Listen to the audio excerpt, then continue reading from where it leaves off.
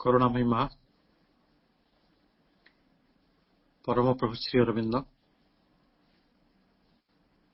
Online divine grace पाठचक्र आज संध्यार संचालिका श्रीलेखा आपा कार्यक्रम में अंशग्रहण करिथिबा प्रभासिनी आपा रीना आपा और टिपू भाई समस्त को श्रद्धा और सम्मान प्रभुंकर जीवन को अपनार करी ताकु ही संबल करी एक उच्चतर जीवन बंचार भावना आप्लुत सबु मनुष्य आत्मा प्रभुंकर चेतनार ऊर्धारोहणर जो माने आलेख्य को शुणुंट समस्त हृदय अनेक अनेक कृतज्ञता एवं अभिनंदन 1914 महालक्ष्मी आसिले चलीगले 1920 महालक्ष्मी आसिले स्थायी भाव में पंडिचेरी रहिले 1926 से ईप्सित मुहूर्त आसिला जो पृथ्वीर वातावरण रे एपरी किछि अद्भुत अलौकिक संगठित है जहाँ जीवन को साधक मान जीवन को पंडिचेरी आश्रम अंत्यवासी मान श्री अरविंद सबकि को जो भली गोटे एनग्रस गोटे प्रकार आप्लुत करनेला से कथाटी को जे नलिंदा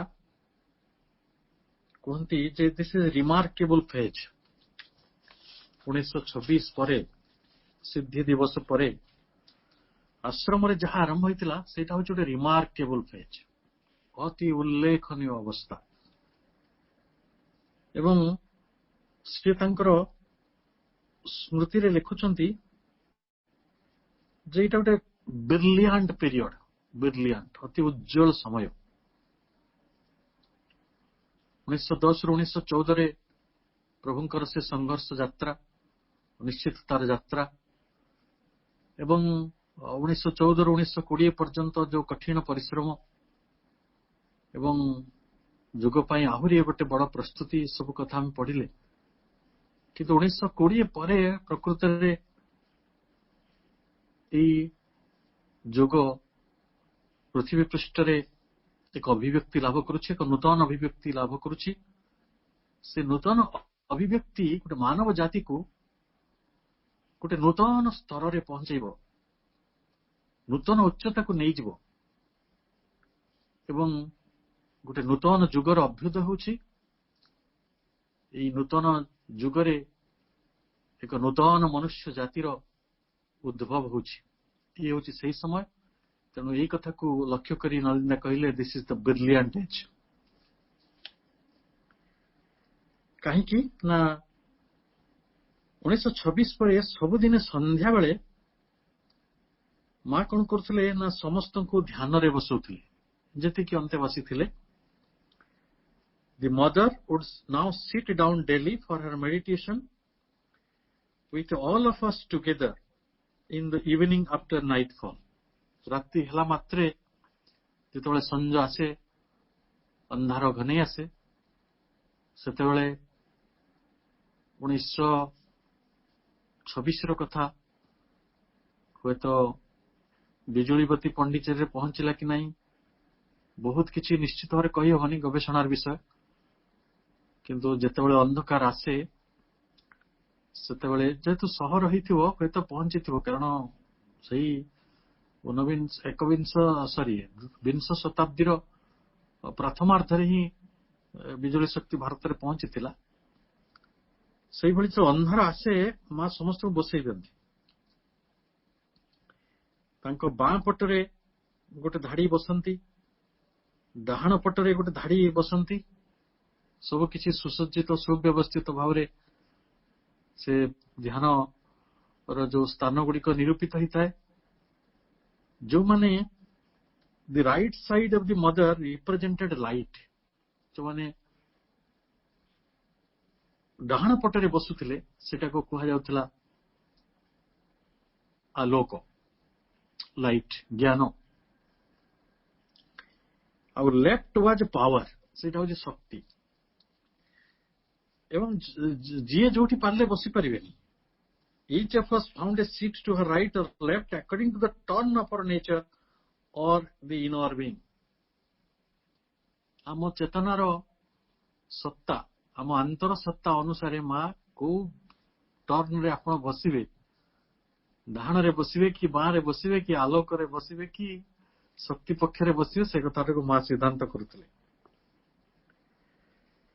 ମାଙ୍କର ଲକ୍ଷ୍ୟ ଥିଲା, ଯେହେତୁ ଆଶ୍ରମ ପ୍ରତିଷ୍ଠା ହେଇସାରିଥିଲା ଏବଂ ଆଶ୍ରମର ସମସ୍ତ ଦାୟିତ୍ୱ ଶ୍ରୀ ଅରବିନ୍ଦ ମାଙ୍କୁ ଅର୍ପଣ କରି ନିଜ ଅନ୍ତରାଳକୁ ଚାଲି ଯାଇଥିଲେ, ମାଙ୍କର ଉଦ୍ୟମ ଥିଲା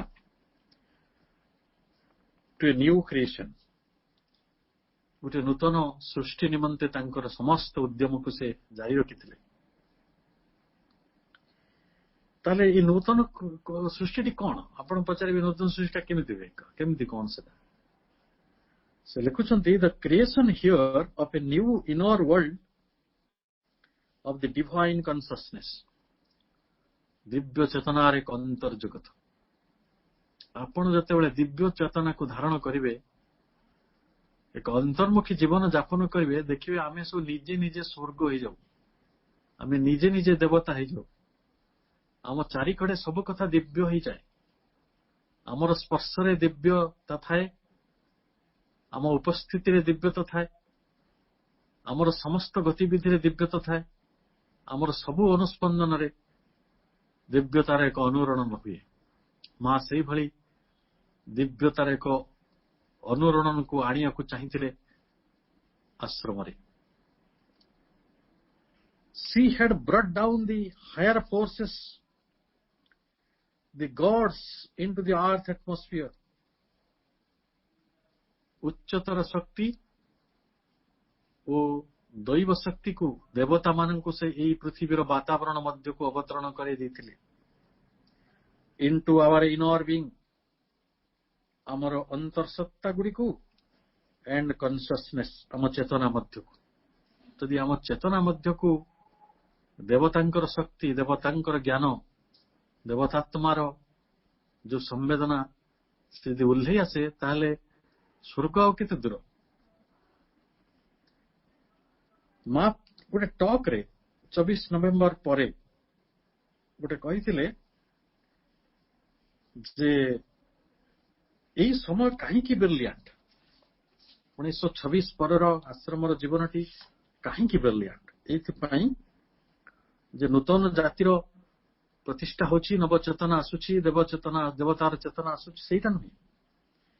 ବରଂ ଏହା କୁହାଯାଇପାରେ, suddenly, immediately, things took a certain form, a very brilliant creation was being worked out in extraordinary details with a marvelous experience, contact with the divine beings, and all sorts of manifestations usually considered miraculous. ମା ନିଜେ ଲେଖୁଛନ୍ତି, marvellous କଥା ସବୁ ଘଟିଲା। ଶବ୍ଦ ଗୁଡ଼ିକ ଦେଖିବେ, ଆମେ ମାର୍ଭଲସ୍ କାହାକୁ କହୁ ଆପଣ ଭଲ ଭାବରେ ଜାଣିଛନ୍ତି। ଏବଂ ଏକଥା ମଧ୍ୟ ଜାଣିଛନ୍ତି ମିରାକୁଲସ୍ କାହାକୁ କୁହାଯିବ, ଅତି ଚମତ୍କାରୀ, ଯାଦୁ ଭଳି କଥା ଗୁଡ଼ିକ ଘଟୁଛି। ସେ କଣ ନା କଣ୍ଟାକ୍ଟ ୱିଥ୍ ଡିଭାଇନ୍ ବିଙ୍ଗସ୍, ଦିବ୍ୟ ସତ୍ତା ମାନଙ୍କ ସହିତ ସାନ୍ନିଧ୍ୟ। ଆମ ଜୀବନରେ ବି ସେ କଥା ସବୁ ଘଟେ। ଆପଣ ଟିକିଏ ସାଧନା କରନ୍ତୁ, ଦିବ୍ୟ ଆତ୍ମା ମାନଙ୍କର ସାନ୍ନିଧ୍ୟ ଆପଣଙ୍କୁ ନିଶ୍ଚୟ ମିଳିବ। ଏବଂ ମାର୍ଭଲସ୍ ଏକ୍ସପିରିଏନ୍ସେସ୍, ମାନେ ଅଲ୍ ସର୍ଟସ୍ ଅଫ୍ ମ୍ୟାନିଫେଷ୍ଟେସନ୍, ପ୍ରତ୍ୟେକ ପ୍ରକାର ଗୋଟେ ପ୍ରକାର ଅଭିବ୍ୟକ୍ତି, ଏଇ ସବୁ ଏକ୍ସଟ୍ରା ଅର୍ଡିନାରୀ ୱେରେ, ଅତି ଅସାଧାରଣ ଉପାୟରେ ଘଟିବ। ଘଟିଲା ପରେ ସେଇଠୁ ପୁଣି ମା କହୁଛନ୍ତି ଯେ ଯେତେବେଳେ ମା ଯାଇକି ଶ୍ରୀ ଅରବିନ୍ଦଙ୍କ ସହିତ କଥା ହେଲେ, କୋଉ ବିଷୟରେ କଥା ହେଲେ? ना न्यू क्रिएशन संपर्क ये जो नूतन सृष्टि आसुची ये नूतन सृष्टि संपर्क में माँ जाकि श्री अरविंद पचार ये नूतन सृष्टि केमिति घटुची हाउ ये मार्भलस एक्सपीरियंस कोठ आसुची इतनी बड़ मैनिफेस्टेशन केमिति घटुची अभिव्यक्ति गुड़िक इतने मिराकुलस जो माने आमे मैनिफेस्टेशन ये केमिति हैला हाउ इट इज ये ब्रिलियंट एज प्रकृत रे कौन ये नूतन जाति नूतनत्वटी किभଳି आसुची श्री अरविंद उत्तर दौरान yes this is an overmind creation ये हूँ अधिमानसर सृष्टि you will perform miracles which will make you famous throughout the world तमें वर्तमान जेते चमत्कार करने कथा कर दियो ये पृथ्वी को चमकई दब ये जो चमत्कारिटी तमें बहुत जल्दी वर्ल्ड फेमस हो famous throughout the world ताई है औरविल स्थापित हवा बेलू 124 पर 2टी देश 126 देशर माटी गोटे जगार रही 124 देशर प्रतिनिधि माने आसी 50टी देशर प्रतिनिधि माने आज सेठारे अवस्थान करुछंती सिटी ऑफ डॉन मानव चेतनार मानव सहावस्थानर सांस्कृतिक मिलन गुड़िकर शिक्षार उत्कर्षतार विज्ञानर प्रयोगर एक चमत्कार भूमि ये जो सिटी ऑफ डॉन आम जो मैंने देखीचे जो मैंने मातृ मंदिर ध्यान करें से जानी ये वर्ल्ड फेमस हम श्री अरविंद दर्शन सब जगतर कोणे कोणे पहुंचब समस्ते जानवे जे एक नूतन जाति वर्तमान निर्मित होची you will be able to turn all events on earth topsy turvy तमें मन इच्छा जेमिति चाहिए टॉपसी टर्वी ये जगतर घटना गुड़ी को बदल दे पारिबो एते बड़ा assurance it will be a great success सफलता ही सफलता एबे हैला ताले आमे खुशी हो ना एबे आमे जहा चाहिबा ता कर दबा एटी ओभर माइंड रो काम चली अधिमानसर देवता माने उल्लेई आसी आमे राताराती जगत विख्यात हो जावा केते बढ़िया कथा ना श्री अरविंद से आउ गोटे धाड़ी कहीदेले से असुविधा से धाड़ीटी है and it is not a success we want सफलता सबू आसीज किंतु यही सफलता आमे चाहू नाही आमे सब मनीष गुड़ा तो सफलता छड़ा किसी चाहूनु सफलता कहले पुणी आमर केते सब नेरो दृष्टिकोण रही किए किए कौच मोर पुओ चाकरी पाइले सफलता मोर बोटे हेले सफलता नातीटे हेले सफलता बैंक बैलेंस हेले सफलता चाकरी प्रमोशन हेले सफलता शत्रु दमन कर पारे सफलता मकदमा जीतीगले सफलता मनीष यही सफलता को आंकुला बेले परम प्रभु श्री अरविंद मां को कहते एबे तुम जहा चाहिए सब हो एवरीथिंग किंतु एटा आमे चाहूनु बड़ा अजब कथा ताले कौन से चाहते we want to establish this super mind on अर्थ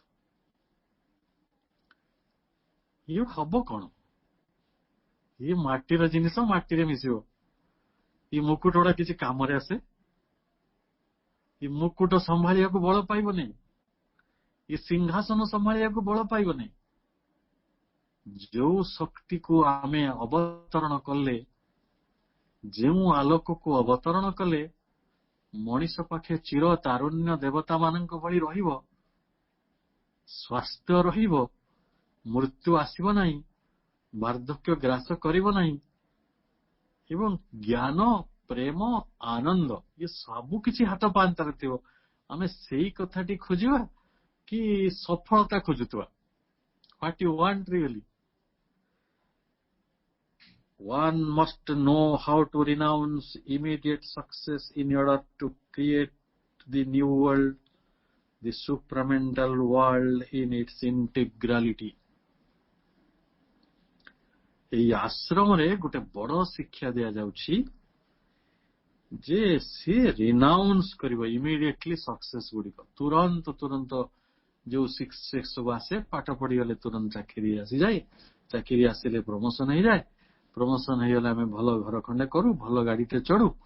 ଏଇ ଯୋଉ ସଫଳତା ମିଛ କାହାଣୀ, କ୍ଷୁଦ୍ର କାହାଣୀ, ପିଲାଳିଆ କାହାଣୀ, ଏଇ କାହାଣୀ ପଛରେ ବାଇଆ ନ ହେଇକି ସବୁଠାରୁ ବଡ ଜରୁରୀ କଥାଟି ହେଲା ନୂତନ ପୃଥିବୀ ଯେ ତିଆରି କରିବେ, ସୁପ୍ରାମେଣ୍ଟାଲ ୱାର୍ଲଡ ଇନ୍ ଇଟ୍ସ ଇଣ୍ଟିଗ୍ରାଲିଟିକୁ ସେ ଚାହିଁବେ।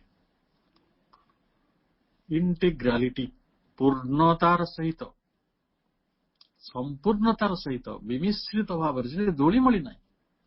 ମୁଁ ଚାହୁଁଛି ମାନେ ଚାହୁଁଛି, ଅତି ମାନସର ଜଗତ ଚାହୁଁଛି। ଏଇଟା ହିଁ ଚାହିଁବା, ଏଇଟା ହିଁ ସଫଳତା ତାଙ୍କ ପାଇଁ। ମା କଣ କଲେ ନା, ଦେଖିଲେ ଇଏ ବଡ ଅଦ୍ଭୁତ କଥା। ମା ବୋଧେ ଗୋଟେ ଅଧିମାନସ ଜଗତ କଥା ଭାବିଥିବେ, ଯୋଉଠି ସବୁ ସାଧକ ମାନଙ୍କୁ ଦେବତା କରାଯାଇ ପାରିବ, ସବୁ ମଣିଷ ମାନଙ୍କୁ ଦେବତା କରାଯାଇ ପାରିବ। କିନ୍ତୁ ଦେବତା ଆମର ଲକ୍ଷ୍ୟ ନୁହେଁ। ଯିଏ ପ୍ରଭୁ କହୁଛନ୍ତି ଦେବତା ମାନଙ୍କ ପାଖରେ ସବୁ ଅସୁବିଧା ଅଛି, ସେମାନେ ବି ମାଡ ପିଟି ହୁଅନ୍ତି।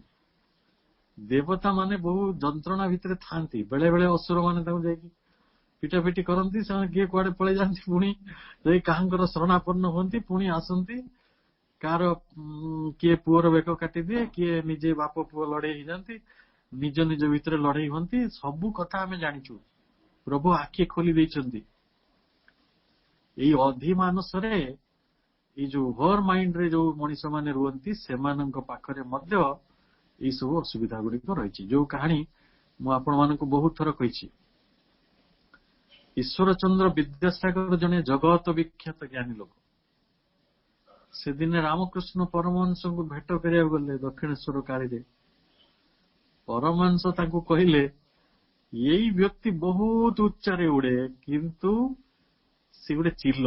ଚିଲ କହିଲେ ଯୋଉମାନେ ଆକାଶରେ ଉଚ୍ଚରେ ଉଡନ୍ତି ସତ, କିନ୍ତୁ ମେଟେରିଆଲ ପ୍ଲେନରେ, ଜଡ ଭୂମିରେ ଅନେକ କଥା ପ୍ରତି ତାଙ୍କର ଆକର୍ଷଣ ରହିଛି। ତାହେଲେ ଏଇ ଆକର୍ଷଣକୁ ଯୋଉମାନେ ଗୋଟେ ସଫଳତା ବୋଲି ଭାବୁଛନ୍ତି, ସେମାନେ ଅତିମାନସ ଯାତ୍ରୀ ହବାଟା ଗୋଟେ ଜଟିଳ ବିଷୟ। ଏ କଥାଟି 1926ର ଏକ ଆଲୋଚନାରୁ, ମା ଆଉ ଶ୍ରୀ ଅରବିନ୍ଦଙ୍କ ଭିତରେ ଏକ କଥୋପକଥନରୁ ଆମେ ଜାଣିପାରୁଛୁ। ମା କହିଲେ, ଇଏ ତ ବଡ ଅଦ୍ଭୁତ କଥା ହେଲା। ଏଇ ସାଧକ ମାନେ ସତରେ କଣ ଯୋଉ ଅତିମାନସ ଶକ୍ତିଟିକୁ ମା ଅବତରଣ କରେଇବେ, ସେ ଅବତରଣଟାକୁ ସେମାନେ ସହିପାରିବେ? Many of the sadhakas could not bear the pressure of the descents brought down by the mother. ମା ଯୋଉ ଅତିମାନସ ଶକ୍ତିକୁ ଜଗତକୁ ଓହ୍ଲେଇବେ, ତାର ଶକ୍ତିଟିକୁ ବା ତାର ଚାପଟିକୁ ଗ୍ରହଣ କରିବା ପାଇଁ ଆଜି ବି ପୃଥିବୀ ପ୍ରସ୍ତୁତ ହେଇନି। ଆମେ 1926ର କଥା କହୁଛେ, ଆଉ 2026 100 ବର୍ଷ ହେଇଯିବ, ଆଉ 5 ବର୍ଷ ପରେ, ଅର୍ଥାତ୍ 95 ବର୍ଷ ତଳେ ମଣିଷ ଯେମିତି ଥିଲା, ଆଜି ବି ମଣିଷର ଚେତନାଗତ କ୍ଷେତ୍ରରେ ହୁଏତ 1 ସେଣ୍ଟିମିଟର 5 ସେଣ୍ଟିମିଟର କିଛିଟା ଘୁଞ୍ଚି ଥାଇପାରେ। କିଛି ଲୋକଙ୍କର ତ ଆହୁରି ଅସୁବିଧା ହେଇଛି, ଆମେ ସେ ଆଲୋଚନା କରିବା ନାହିଁ, କାରଣ ଆମେ ପ୍ରଭୁଙ୍କର ଜୀବନ ଆଲୋଚନା କରୁଛୁ। ତାହେଲେ ସେଇ ଦିନ ଗୁଡିକରେ ସାଧକ ମାନେ କଣ କରୁଥିଲେ? ପ୍ରକୃତ ଜୀବନଟି ଏଇ ବାଟରେ ଆରମ୍ଭ ହୁଏ, ଯୋଉଦିନ ମଣିଷ ତାର ଲକ୍ଷ୍ୟଟିକୁ ସ୍ଥିର କରିଦିଏ, ଜୀବନ ଆରମ୍ଭ ହୁଏ। ଏବଂ ସେଇ ଲକ୍ଷ୍ୟଟିର ପରିପୂର୍ଣ୍ଣ ନିମନ୍ତେ ଅଭିପ୍ସା କରେ, ଜୀବନ ଆରମ୍ଭ ହୁଏ। ଏବଂ ଜୀବନ ଆରମ୍ଭ ହୁଏ ଏଇ ବାଟରେ। In those days when the mother was either receiving the sadhakas for meditation or otherwise working and concentrating all night and day without sleep, there was no ill health and no fatigue in her, and things were proceeding with a lightening swiftness. ମା ସେତେବେଳେ ସବୁ ସାଧକ ମାନଙ୍କ ଭିତରେ ଏହି ନୂତନ ଅତିମାନସ ଆଲୋକକୁ ଗ୍ରହଣ କରିବା ପାଇଁ ଯୋଉ ସାମର୍ଥ୍ୟଟି ଦରକାର ସେଇ ବିଷୟରେ ସେମାନଙ୍କୁ ପ୍ରଶିକ୍ଷିତ କରୁଥିଲେ, ଦିନ ରାତି କାମ କରୁଥିଲେ, କେବେ ବି ବିଶ୍ରାମ ନେଉନଥିଲେ କହିବାକୁ ଗଲେ, ଏବଂ କ୍ଳାନ୍ତି ମଧ୍ୟ ଅନୁଭବ କରୁନଥିଲେ। ଆଉ ଏକଥା କିଛି ଲୋକଙ୍କୁ ଅନୁଭବ ଭିତରକୁ ଆସି ସାରିଥିବ। ଆମ ଭିତରେ ଅନେକ ସାଧକ ସାଧିକା ଅଛନ୍ତି ଯେଉଁମାନେ ରାତି ଦିନ ବି କାମ କରନ୍ତି। ମୁଁ ଜାଣିଛି କିଛି ଲୋକ। ଆଜି ମତେ ଜଣେ ସାଧକ କହିଲେ, ଭାଇ ଆମେ ଏତେ କାମ କରୁଛନ୍ତି, ଯଦି ଭାବିବେ ନା ଆପଣଙ୍କୁ ଅସୁବିଧା ଲାଗିବ, କିନ୍ତୁ ଆମେ କାମ କରିବା ଭିତରେ ଯୋଉ ଆନନ୍ଦଟା ଅନୁଭବ କରୁଛନ୍ତି, ଭିତରେ ମାଙ୍କର ଯୋଉ ସ୍ପର୍ଶଟି ଅନୁଭବ କରୁଛନ୍ତି, ଯୋଉ ଆଲୋକଟି ଆମ ଭିତରେ ସ୍ପନ୍ଦିତ ହଉଛି, ସେଇ କଥାର ଯୋଉ ରିୱାର୍ଡଟା, ସେଇ ଯୋଉ ପୁରସ୍କାରଟି, ତାହା ତୁଳନାରେ କୌଣସି ରାଜମୁକୁଟ ତାର ସମକକ୍ଷ ନୁହେଁ। ଏଇ ମହାନ ସତ୍ୟ ନିକଟରେ ପହଞ୍ଚିବାଟା ମା ସାଧକ ମାନଙ୍କୁ ବାରମ୍ବାର ଶକ୍ତି ଓ ଆଲୋକ ବ୍ୟକ୍ତିତ୍ୱର କଥା କହୁଥିଲେ, କାରଣ ଆଲୋକ, ଶକ୍ତି, ବ୍ୟକ୍ତିତ୍ୱ ଏଇ ସବୁ ଗୁଡିକ ସମର୍ପଣର ଗୋଟିଏ ଗୋଟିଏ ଛୋଟ ଛୋଟ ସର୍ତ୍ତ। ଛୋଟ ସର୍ତ୍ତ ମୁଁ କହୁଛି, ବଡ ସର୍ତ୍ତ ନୁହେଁ। ପୂର୍ଣ୍ଣତା ହେଲେ ହିଁ ଜଣଙ୍କର ସମର୍ପଣ ପୂର୍ଣ୍ଣ ହବ। ତାହେଲେ ଏଇ ସମୟରେ କଣ ହେଲା ନା, ଜଗତ ବିଖ୍ୟାତ ହବାର ତ ସାମାନ୍ୟ ଗୋଟେ ଚାହିଁବାର କଥା, ଖାଲି ଚାହିଁଲେ ହେଲା, ଆଉ ତାହା ହିଁ ହେଲା। 1926ରେ 25 ଜଣ ସାଧକ ଥିଲେ। ତାର 2 ବର୍ଷ ପରେ 1927 ବେଳକୁ 36 ଜଣ 36 ସାଧକ ଆସିଲେ ଏବଂ 1928ରେ ଦେଖାଗଲା ସାଧକ ମାନଙ୍କର ସଂଖ୍ୟା 80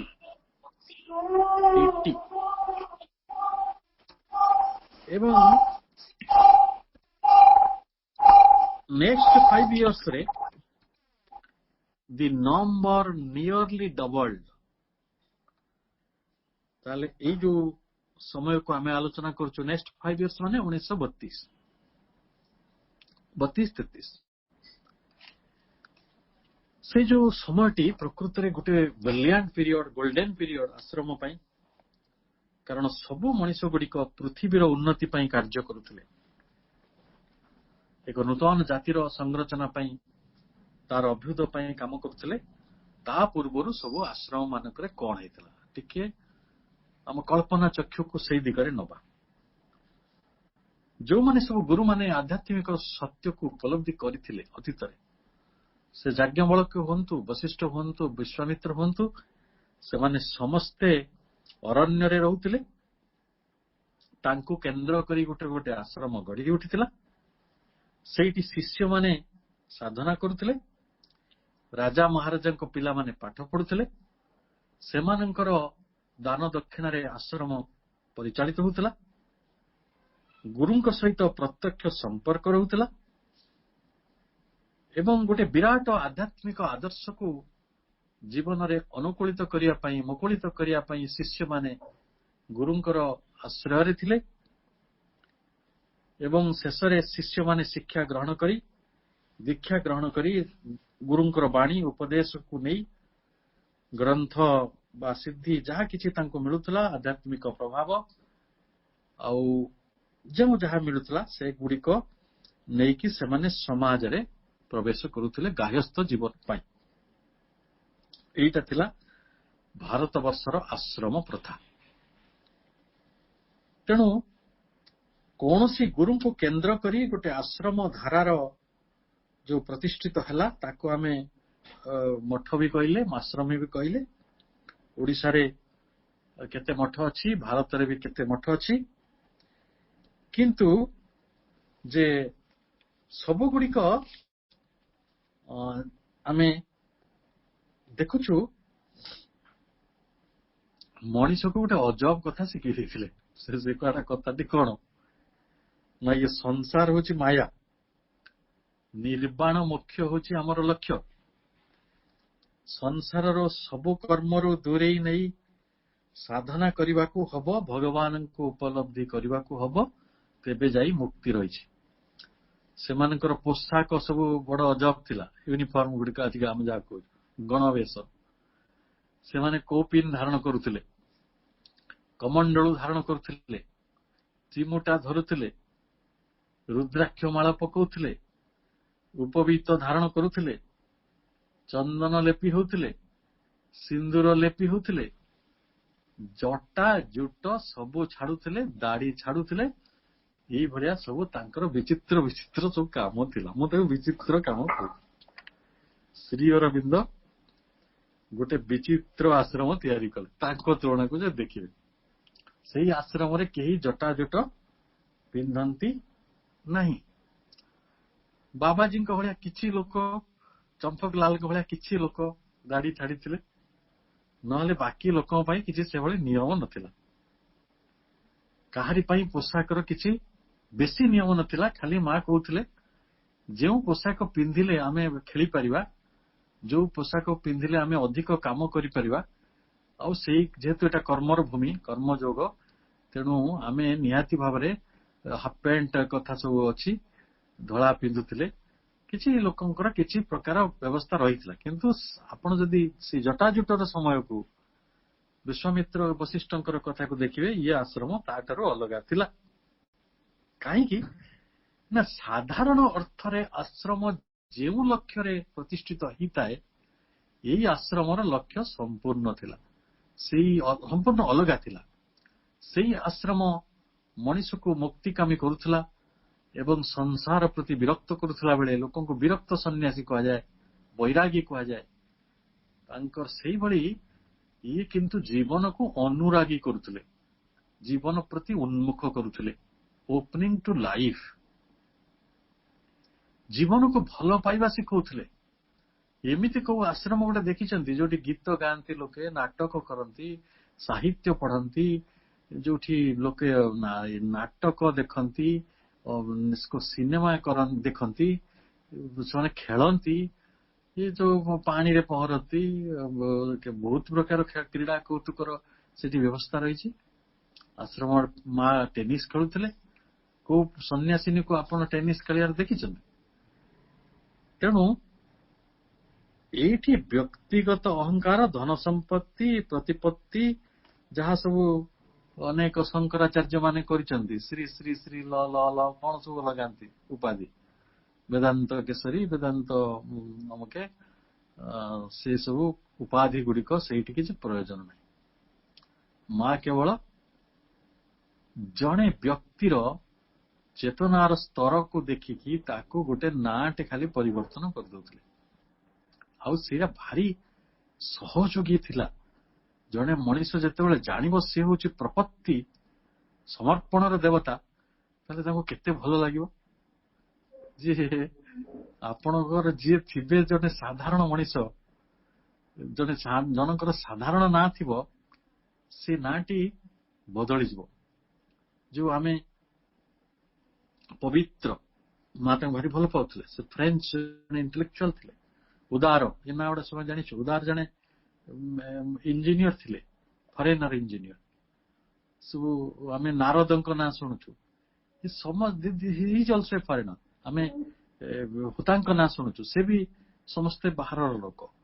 କିନ୍ତୁ ମା ସେମାନଙ୍କର ଭାରତୀୟ ହୁଅନ୍ତୁ, ବିଦେଶୀ ହୁଅନ୍ତୁ, ଯେହେତୁ ସାରା ପୃଥିବୀରୁ ଦର୍ଶନାର୍ଥୀ ମାନେ ଆସୁଥିଲେ, ଆଶ୍ରମାଇଟ୍ସ ମାନେ ଆସୁଥିଲେ, ସେତେବେଳେ ମା ସେମାନଙ୍କୁ ଗୋଟେ ନାଁ ଶ୍ରଦ୍ଧାରେ ପରିବର୍ତ୍ତନ କରିଦେଉଥିଲେ। କାହିଁକି ନା ଏଇଠି ଦୈନନ୍ଦିନ ଜୀବନର କାର୍ଯ୍ୟକ୍ରମ ଅଲଗା ଥିଲା। ଆମେ ବୌଦ୍ଧ ଦର୍ଶନ ବା ଶଙ୍କରଙ୍କ ଦର୍ଶନରେ ଯୋଉ ସବୁ ତତ୍ତ୍ୱ ଗୁଡିକୁ ପାଉଥିଲୁ, ସେଇ ତତ୍ତ୍ୱର ପରୀକ୍ଷା ନିରୀକ୍ଷା କରିବା, ବିଶ୍ଳେଷଣ କରିବା ଭଳି ବ୍ୟବସ୍ଥା ରହିଥିଲା। ଏବଂ ମାନବ ଜାତିର ଭବିଷ୍ୟତକୁ ନିର୍ମାଣ କରିବା ଭଳି, ତାକୁ ନିର୍ଣ୍ଣୟ କଲା ଭଳି, ତାକୁ ଗୋଟେ ନିର୍ଦ୍ଦିଷ୍ଟ ଦିଗ ଦେଲା ଭଳି ଯେତେ ପ୍ରୟୋଗ ଭୂମି ରହିଛି, ସେଇ କଥା ଗୁଡିକ କରାଯାଉଥିଲା। ମା ସେଥିପାଇଁ କହୁଥିଲେ ଯେ ଏଇ ସ୍ଥାନରେ ଆଶ୍ରମର ଯୋଉ ବ୍ୟବସ୍ଥା ଗୁଡିକ ନିର୍ମାଣ କରାଯାଉଛି ତାହା ଜୀବନ ଧାରାକୁ କୌଣସି ବାଟରେ ବିତୃଷ୍ଣା ଆଣିଦେବ ନାହିଁ, ବରଂ ଜୀବନ ଧାରାକୁ ଅଧିକ ସମ୍ମାନର ଆଖିରେ, ଅଧିକ ସ୍ନେହର ଆଖିରେ, ଅଧିକ ଉଦାରତାର ଆଖିରେ ଏ ଜୀବନଟାକୁ ସେ ଦେଖିବ। କାରଣ ଏଇ ପ୍ରଭୁଙ୍କର ଯାତ୍ରା ହେଉଛି ଚେତନାର ଯାତ୍ରା। ଏଇ ପ୍ରଭୁଙ୍କର ଯାତ୍ରା ସବୁବେଳେ ବ୍ୟାପକ, ସବୁବେଳେ ଅସୀମ, ସବୁବେଳେ ସତ୍ୟଶୀଳ, ବହୁ ସମ୍ଭାବନାରେ ପରିପୂର୍ଣ୍ଣ। କାରଣ ଯେତେବେଳେ ଚେତନାର ଯାତ୍ରା ହୁଏ, ସେ ପୁରାତନକୁ ଅସ୍ୱୀକାର କରେ ନାହିଁ, ବରଂ ସେଇ ପୁରାତନ ଉପରେ ଆଉ ଗୋଟେ ନୂତନତ୍ୱକୁ ଆଣି ସବୁ କଥାକୁ ସନ୍ତୁଳିତ କରେ, ସବୁ କଥାକୁ ସମନ୍ୱୟ କରେ, ତାକୁ ଯଥାର୍ଥ ଦୃଷ୍ଟି ପ୍ରଦାନ କରେ, ଯଥାର୍ଥ ଆଲୋକରେ ତାକୁ ଆଲୋକିତ କରେ। ତେଣୁ ଆଶ୍ରମରେ ନାନା ଶ୍ରେଣୀର ଲୋକମାନେ ଯୋଗଦାନ କଲେ। ପ୍ରଭୁ କହିଲେ, ଆଶ୍ରମ ହେଉଛି ଆଧ୍ୟାତ୍ମିକତା ଏବଂ ପୂର୍ଣ୍ଣ ଯୋଗର ଏକ ପରୀକ୍ଷାଗାର। ହ୍ୟୁମାନ ଏସ୍ପିରେସନ ପ୍ରବନ୍ଧରେ ଲାଇଫ ଡିଭାଇନର ସେ କହିଥିଲେ, ଆମ ସମସ୍ତଙ୍କର ଜୀବନ ହେଉଛି ଏକ ଜୀବନ୍ତ ପ୍ରୟୋଗଶାଳା, ଏ ଲିଭିଂ ଲ୍ୟାବୋରେଟୋରୀ। ସେ ଲିଭିଂ ଲ୍ୟାବୋରେଟୋରୀ କଣ ପାଇଁ ହେଇଛି? ଲ୍ୟାବୋରେଟୋରୀ ଗୋଟେ ନୂଆ ଜିନିଷର ଉଦ୍ଭାବନ କରାଯାଏ, ଆବିଷ୍କାର କରାଯାଏ, ନୂତନ ସତ୍ୟର ସନ୍ଧାନ କରାଯାଏ, ନୂଆ ରହସ୍ୟର ଆବିଷ୍କାର କରାଯାଏ, ତାକୁ ଉନ୍ମୋଚିତ କରାଯାଏ। ଏଇଠି ତାହେଲେ କଣ ହବ? ସେ କହିଥିଲେ, ପଶୁର ଜୀବନ, ପ୍ରାଣିକ ଜୀବନ, ଗୋଟେ ଜଡ ଜୀବନଟିଏ ଗୋଟେ ଲ୍ୟାବୋରେଟୋରୀ ଥିଲା ଗୋଟେ ପ୍ରାଣକୁ ଭଳି ଏକ ନୂତନ ଉନ୍ମେଷ ପାଇଁ। ସେମିତି ପ୍ରାଣୀ ମାନଙ୍କର, ଏନିମାଲ ମାନଙ୍କର ଜୀବନ ଗୋଟେ ପ୍ରୟୋଗଶାଳା ଥିଲା ଗୋଟେ ମାନବକୁ ଜନ୍ମ ଦେବାକୁ। ଆଉ ପ୍ରତ୍ୟେକ ମାନବର ଜୀବନ ଗୋଟେ ପ୍ରୟୋଗଶାଳା, କାରଣ ସେଇଠି ଦେବତାର ଜନ୍ମ ହବ। ଏଇଠି ସେ କହୁଛନ୍ତି ପ୍ରଭୁ ଯେ ଏଇଠିକାର ଯୋଉ ଅନ୍ତେବାସୀ ମାନେ ଅବସ୍ଥାନ କରୁଛନ୍ତି, ସେମାନେ ମନୁଷ୍ୟ ସମାଜର ବିଭିନ୍ନ ବିଭାଗର ପ୍ରତିନିଧିତ୍ୱ କରିବା ଉଚିତ। ବିଭାଗ କହିଲେ ଏଇଠି ଗୀତ ଗାଇବାର ଲୋକ ଅଛନ୍ତି, ବଗିଚା ତିଆରି କରିବା ଲୋକ ଅଛନ୍ତି, ଚାଷ କରିବା ପାଇଁ ଲୋକ ଅଛନ୍ତି, କାଠ କାମ କରିବାକୁ ଲୋକ ଅଛନ୍ତି, ଗାଈ ରଖିବାକୁ ଲୋକ ଅଛନ୍ତି, କ୍ଷୀରର ହିସାବ ରଖିବାକୁ ଲୋକ ଅଛନ୍ତି, ପରିବା କାଟିବାକୁ ଲୋକ ଅଛନ୍ତି, ବାସନ ମାଜିବାକୁ ଲୋକ ଅଛନ୍ତି, ପ୍ରେସରେ କାମ କରିବାକୁ ଲୋକ ଅଛନ୍ତି, ପେଟ୍ରୋଲ ଟାଙ୍କିରେ କାମ କରିବାକୁ ଲୋକ ଅଛନ୍ତି, ରେଷ୍ଟୁରାଣ୍ଟରେ କାମ କରିବାକୁ ଲୋକ ଅଛନ୍ତି, ପରିବହନ ବ୍ୟବସ୍ଥାକୁ ବୁଝିବାକୁ ଲୋକ ଅଛନ୍ତି, ଷ୍ଟିଲ ଇଣ୍ଡଷ୍ଟ୍ରି ଚଳାଇବାକୁ ଲୋକ ଅଛନ୍ତି। ମା ଯୋଉ ଦିଗନ୍ତ ସବୁ ଖୋଲିଦେଲେ ମଣିଷର, କୋଉ ଆଶ୍ରମରେ ସେଟା ଖୋଲା ହେଇଛି?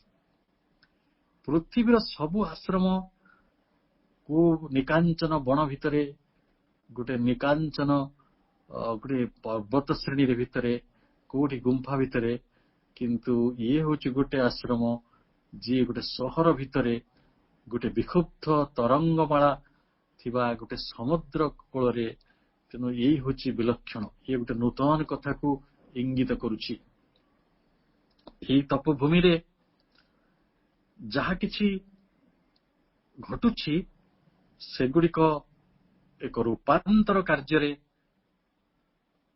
ମଣିଷ ପାଇଁ ଏକ ଅନୁକୂଳତା ଆଣିବା ପାଇଁ ପ୍ରତ୍ୟେକ ବ୍ୟକ୍ତି ନିଜ ଚେତନା ଭିତରେ ଗୋଟିଏ ବିଭାବକୁ ସାଇତି ରଖିଥାନ୍ତି। ସେଇଟା ହଉଛି ଆପଣଙ୍କର ପ୍ରତିଭା।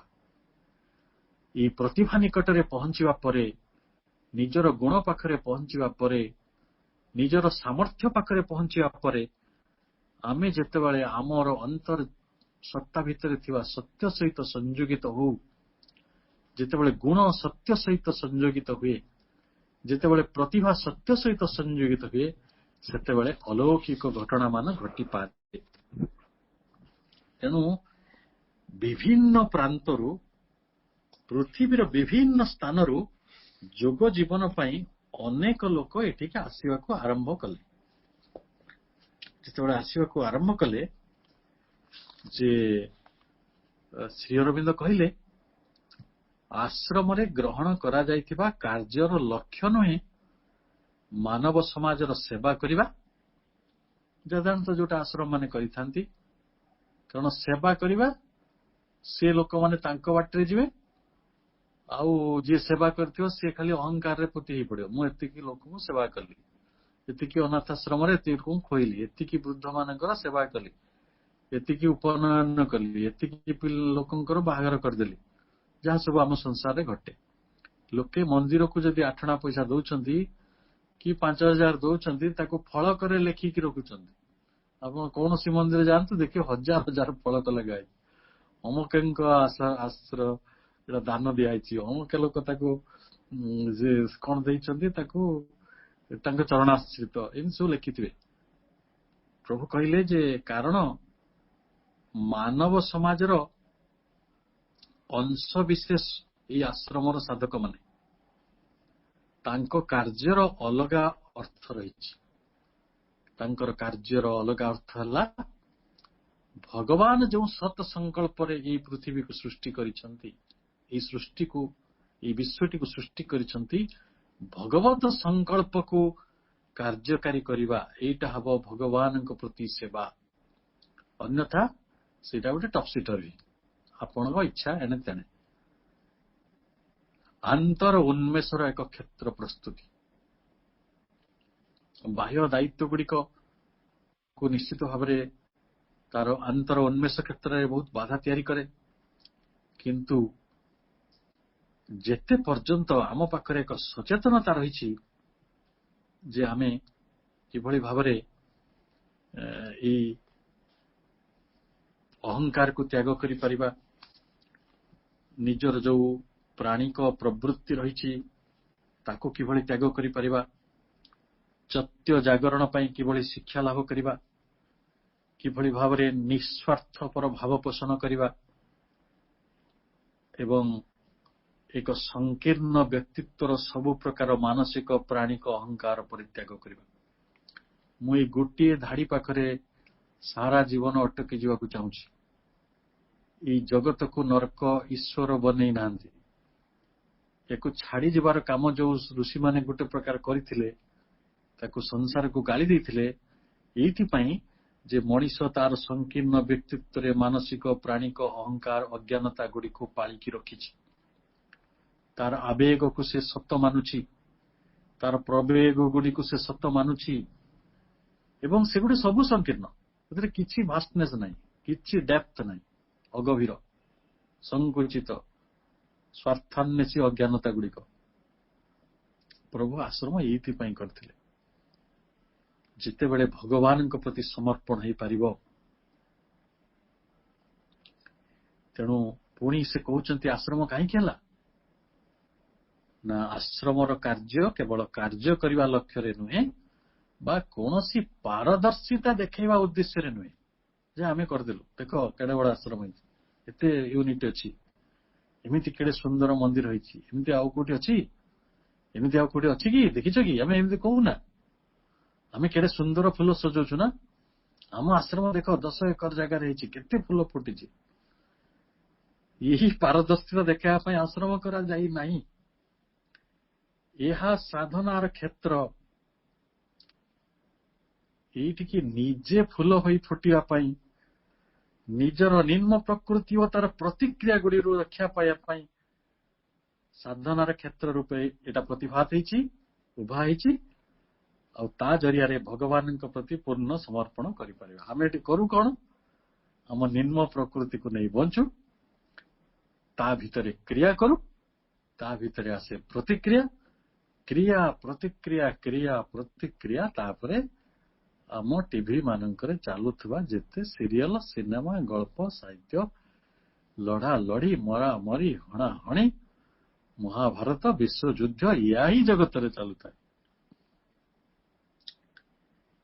ताले आश्रम जीवन रे जिते बड़े साधक माने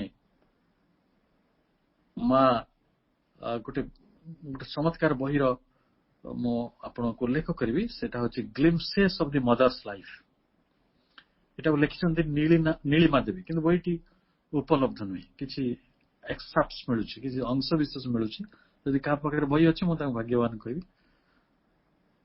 से कहते गुरु को संगे बास कले कौन आमको लाभ हुए ତାଙ୍କର ମୁଖ ନିଃସୃତ ବାଣୀ ଶୁଣିବାକୁ ମିଳେ, ତାଙ୍କର ଲିଖିତ ଗ୍ରନ୍ଥ, ତାଙ୍କର ଆଦର୍ଶ, ତାଙ୍କ ଦର୍ଶନ, ତାଙ୍କୁ ପ୍ରଣାମ କରିବାର ଭାଗ୍ୟ, ଗୁରୁଙ୍କ ସହିତ ଚକ୍ଷୁ ମିଳନ କରିବାର ଗୋଟେ ସୁଯୋଗ। କାରଣ ଚକ୍ଷୁ ଦ୍ୱାରା କଣ ଯେ ଘଟେ ସେ କଥାଟି ଯେଉଁମାନେ ଅନୁଭବୀ ଜାଣିଛନ୍ତି। ଚକ୍ଷୁ ହଉଛି ଆମ ଆତ୍ମାର ପାଇଁ ଗୋଟେ ଝରକା। ଆପଣ ମଣିଷର ଆଖି ଦେଖି ଜାଣିନେବେ ମଣିଷର ସତ୍ୟସତ୍ତାଟା କୋଉଠି ରହିଛି, କୋଉ ଶ୍ରେଣୀର ସେ ଭାବନାକୁ ବ୍ୟକ୍ତ କରେ। ତେଣୁ ଚକ୍ଷୁ ବିଷୟରେ ଆମେ ଅଧିକ ଚିନ୍ତା କରିପାରିବା। ଗୁରୁଙ୍କୁ ଦର୍ଶନ କରିବା, ତାଙ୍କୁ ପ୍ରଣାମ କରିବା, ତାଙ୍କ ପାଦସ୍ପର୍ଶ କରିବା, ତାଙ୍କଠାରୁ ଆଶୀର୍ବାଦ ନେବା, କାରଣ ସେ ହେଉଛନ୍ତି ସାକ୍ଷାତ ଭଗବାନଙ୍କର ପ୍ରତିନିଧି। ଶ୍ରୀ ଅରବିନ୍ଦ କହିଲେ ଯେ ଦର୍ଶନ ଓ ପ୍ରଣାମ ବେଳେ ଆମେ ଯାହା କରୁ ସେ ଗୋଟେ ସ୍ଥୂଳ ପ୍ରକ୍ରିୟା ଭଳି ଆମକୁ ଲାଗିଲେ ମଧ୍ୟ ତାହା ଭଗବାନଙ୍କ ଆଡକୁ ଯିବାର ଉପାୟ। ଭାଇ ଭଉଣୀ ମାନେ, ଆମେ ଯୋଉମାନେ ସବୁଦିନେ ସମାଧିକୁ ଯାଇକି ସ୍ପର୍ଶ କରୁଛୁ, ଯୋଉଥିରେ ପ୍ରଭୁଙ୍କର ଶ୍ରୀ ତନୁ ସାହିତା ହେଇ ରହିଛି, ଯୋଉଠି ଅତିମାନସର ଶକ୍ତିକୁ, ତାଙ୍କର ଅତିମାନସର ସେଇ ପ୍ରତିଭା ଗୁଡ଼ିକୁ, ପ୍ରତିନିଧି ଗୁଡ଼ିକୁ ଆମେ ସ୍ପର୍ଶ କରୁଛୁ, ଆମେ ଯଦି ଯଥାର୍ଥ ମନୋଭାବର ସହିତ, ଯଥାର୍ଥ ମାନେ ଆଲୋକର ସହିତ, ଯଥାର୍ଥ ଜ୍ଞାନର ସହିତ, ସମ୍ବେଦନାର ସହିତ ତାକୁ କରୁଥାଉ, ତାହେଲେ ସତ୍ୟସତ୍ତାଙ୍କ ସହିତ ସମ୍ବନ୍ଧ ସ୍ଥାପନ କରିବା ସମ୍ଭବ ହବ। 1926 ପରେ ଯେହେତୁ ପ୍ରଭୁଙ୍କର ଆଉ ଦର୍ଶନ ମିଳିଲା ନାହିଁ, ତାଙ୍କୁ ପ୍ରଣାମ କରିବା ଭାଗ୍ୟ ସମସ୍ତଙ୍କୁ ମିଳିଲା ନାହିଁ, ବହୁତ କମ 3-4 ଲୋକ, ବହୁତ ମାନେ ଭେରି ହାଇଲି ସିଲେକ୍ଟେଡ, ଏବଂ ଅଳ୍ପ କିଛି ଲୋକ ଯୋଉମାନେ ବିଦେଶରୁ ଆସୁଥିଲେ ବା ଦେଶରୁ ଆସୁଥିଲେ, ଯୋଉମାନଙ୍କୁ ଅନୁମତି ଦିଆଯାଉଥିଲା। ରବୀନ୍ଦ୍ରନାଥ ଟାଗୋର ତାଙ୍କ ଭିତରେ ଜଣେ। ରବୀନ୍ଦ୍ରନାଥ, ଶ୍ରୀ ଅରବିନ୍ଦଙ୍କର ବୟସରେ ବଡ ବିଶ୍ୱକବି, ନୋବେଲ ପ୍ରାଇଜ ପାଇ ସାରିଥିଲେ, ଯିଏ ଗୀତାଞ୍ଜଳି ଭଳି ପୁସ୍ତକ ଲେଖିଛନ୍ତି। ତ ସେଭଳି କବି, ଆଉ ସେ ବି କେତେ ଉଜ୍ଜଳ ବ୍ୟକ୍ତିତ୍ୱର, କି ଚକ୍ଷୁ ତାଙ୍କର, କି ଚକ୍ଷୁଷ୍ମାନ ଜ୍ୟୋତିଷ୍ମାନ ବ୍ୟକ୍ତି, ଶ୍ମଶ୍ରୁଧାରୀ ଋଷି ଭଳି ତାଙ୍କର ଚେହେରା।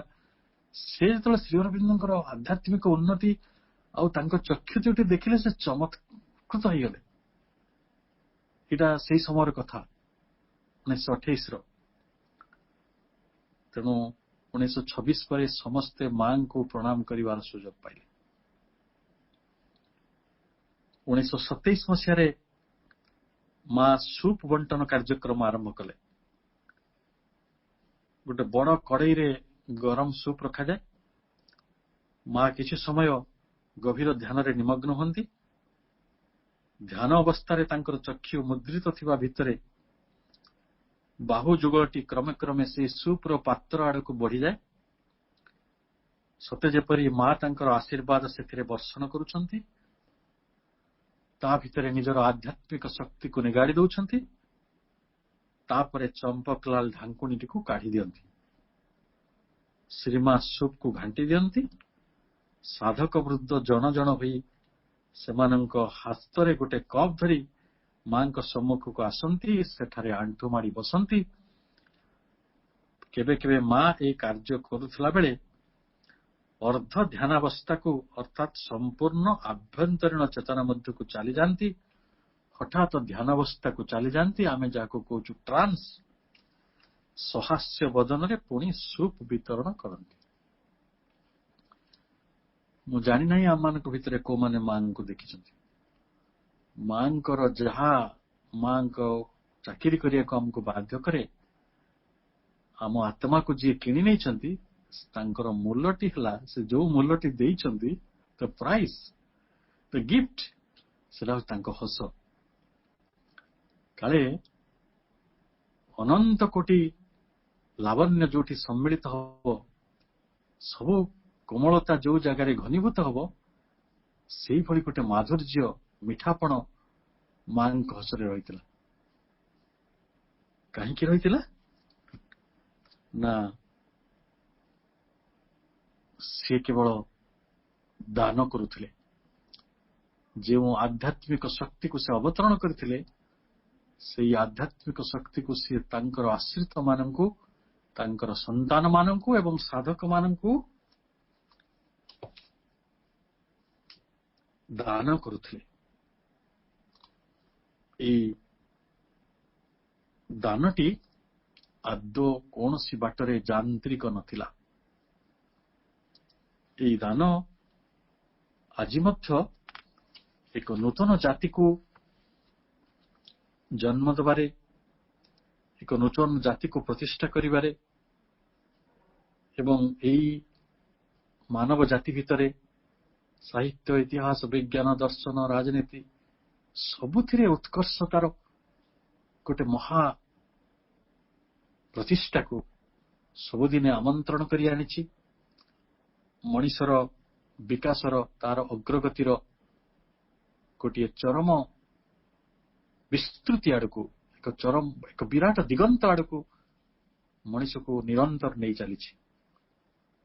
ସେଇ କୋଟି ସୂର୍ଯ୍ୟଙ୍କୁ, ତାଙ୍କର ସେଇ କୋଟି ସୂର୍ଯ୍ୟଙ୍କର ଆଭାକୁ ଆମେ ପ୍ରଣାମ କରିବା ବାରମ୍ବାର। ଶ୍ରୀ ଅରବିନ୍ଦଙ୍କର ଜୀବନ ଏଇଭଳି କେବଳ ନୀରବ, କେବଳ ନୀରବ, କେବଳ ନୀରବ, କେବଳ ମଗ୍ନତା, କେବଳ ମଗ୍ନତା, କେବଳ ମଗ୍ନତା, ତାରି ଭିତରକୁ ଚାଲିଗଲା। ଚନ୍ଦ୍ର ସୂର୍ଯ୍ୟ ବି ତାଙ୍କ ଦେଖା ପାଇଲେ ନାହିଁ। ସେ ତାଙ୍କର ସେଇ ଅନ୍ତରାଳରେ ଏଇ ଦୀର୍ଘ ବର୍ଷ 1926ରୁ ଯେଉଁ ଯାତ୍ରା ଆରମ୍ଭ ହେଲା, ତାହା ଜାରି ରହିଥିଲା 1950 ପର୍ଯ୍ୟନ୍ତ। ଏବଂ ଆମେ ଯାହା ଯେ ଆଲୋଚନା କଲେ, ଏ 1933 ପର୍ଯ୍ୟନ୍ତ ଘଟିଥିବା କିଛି ଘଟଣାବଳୀ ସମ୍ପର୍କରେ ଆମେ ଏହି ଆଲୋଚନାକୁ ଆଗକୁ ନେଇପାରିବା। ତାପରେ ଯାହା ଯାହା ଏ ଆଶ୍ରମରେ ଘଟିଥିଲା, ତେଣୁ ଆଶ୍ରମର ଗୋଟିଏ ପୃଷ୍ଠଭୂମି, ସେଠି କଣ କରାଯାଉଥିଲା, ସାଧକମାନେ କିଭଳି ଗୋଟେ ଅନ୍ତର୍ମଗ୍ନ ଜୀବନ ବଞ୍ଚୁଥିଲେ, ଅନ୍ତର ଆଲୋକରେ ସେମାନଙ୍କର ଚେତନା ଉଦ୍ଭାସିତ ହେଉଥିଲା, ଏହି ସବୁ କଥା ଗୁଡ଼ିକ ଶୁଣିଲେ। ଯେଉଁ ମା ଏହି ଜଗତରେ ଅତିମାନସ ଜାତିର ପ୍ରତିଷ୍ଠା ପାଇଁ ଏତେ କାର୍ଯ୍ୟ କରିଛନ୍ତି, ତାଙ୍କ ପାଇଁ କୃତଜ୍ଞତା ତ ଯଥେଷ୍ଟ ନୁହେଁ, ଆମେ ନିଜେ ସେଥିପାଇଁ ତାଙ୍କୁ ଦେଇଦେବାକୁ ଚେଷ୍ଟା କରିବା। ସେ ଆମକୁ ସବୁଦିନେ ଭଲ ପାଇଛନ୍ତି, ଆମକୁ ସବୁଦିନେ ମାଗିଛନ୍ତି ତାଙ୍କ ହାତ ଧରି ବାଟ ଚାଲିବା ପାଇଁ। ସେଇଭଳି ଏକ ପ୍ରତିଶ୍ରୁତି ସହିତ ଆଜିର ଆଲୋଚନାକୁ ଏଠି ରଖୁଛି। ସମସ୍ତଙ୍କୁ ଅନେକ ଅନେକ ଆନ୍ତରିକତା, ଅଭିବାଦନ, ଧନ୍ୟବାଦ ଓ ବନ୍ଦେ ମାତରମ୍।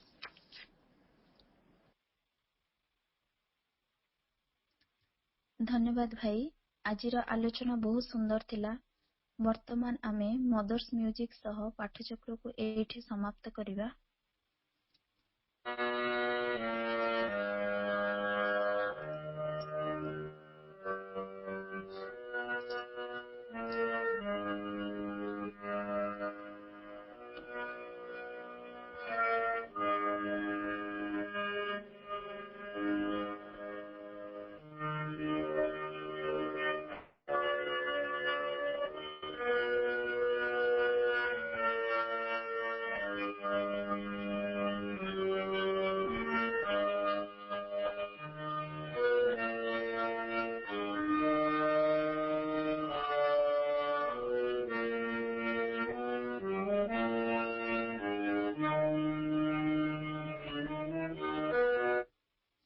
ଓଭର।